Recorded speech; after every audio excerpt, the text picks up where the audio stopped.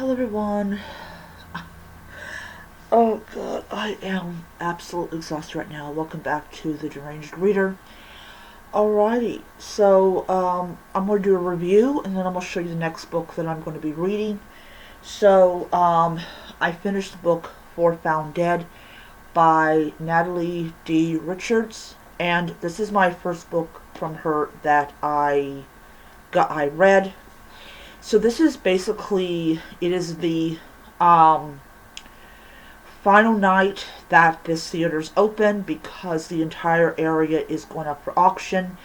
And of course, we have the closing crew who's busy basically making sure the place looks nice for the auction.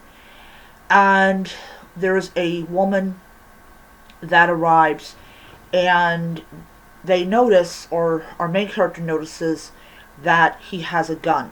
And um, he's a very volatile boss, but they really take everything he says with a grain of salt. And during the course of the book, we learn that his temper is not just, oh, he's on some kind of power trip. He naturally has a extremely bad temper.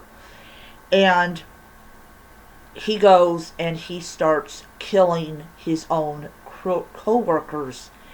And one by one, each of them start dying. 4 of them die, which is where the title comes from. But you have 3 that at the end of the book survive. I just said spoilers. You gotta pardon me. It's like 8:05 at night. I closed yesterday, and I'm tired. Anyways, so basically they're trying to find, like, basically ways to get out.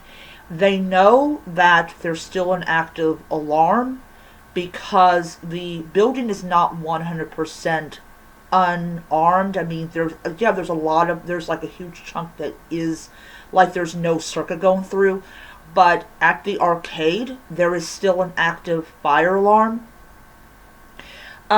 Kind of wonder why, but anyways. So their goal is to get to the arcade so that they can, because if they manage to trip the fire alarm, the fire department is going to show up thinking that there's a fire, and it's like, yeah, we're going to come save you. Also, as we progress in it, we discover that one of the characters who's still alive has seizures. Did not know that. I mean, his name is Clayton, and he is a psychotic lunatic. I mean, literally. And he's hunting them like you would hunt prey. And oh my god, I just could not stop reading this book. I will say, I did stop reading the book because I had to work. But all in all, this really held my attention. I was like, because I had a good feeling about this book. When I saw this on Amazon, and I was like, oh dang, this looks like a really good book. And I actually had it on my wish list for Barnes and Noble, but then I went to Myers and they had it. I was like, okay, you're going home with me. The ending is like, I mean, you're not expecting it. And sure enough, guess who shows up but Health. Now, in the course of the book, there's headlines, and takes place after what happened. And the company that owned the theater is somehow still in business, or maybe they're out of business, but the former CEO decides he's got to say something because they were, they were they were the company's employees. And also in it, you have a lawsuit that the survivors' families file. So the 3 that are still alive are insanely wealthy.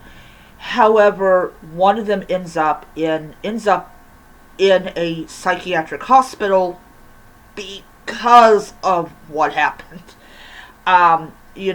I think like his psychiatrists are like, you gotta let it go, you gotta forgive yourself, you survived, and yeah, he's not forgiving himself anytime soon. So, I am going to say, I love the book. The book was great. I really did love the book. And yeah, it was a lot of fun to read, and I hyper enjoyed it. And I'll say one of the huge things I really did love about this book was the atmosphere, like an old abandoned mall that had like one place that was still open, which was the theater. Um, it was like you still had like a truck coming by to deliver goods, which was, the creepiness of the mall and the fact that, that there's like nobody else around because all the stores are like, gone. And it's interesting that they're in a Bath and Body Works and it still smells faintly of fuchsia and raspberries. Like, dang, they had, their scents were really overpowering.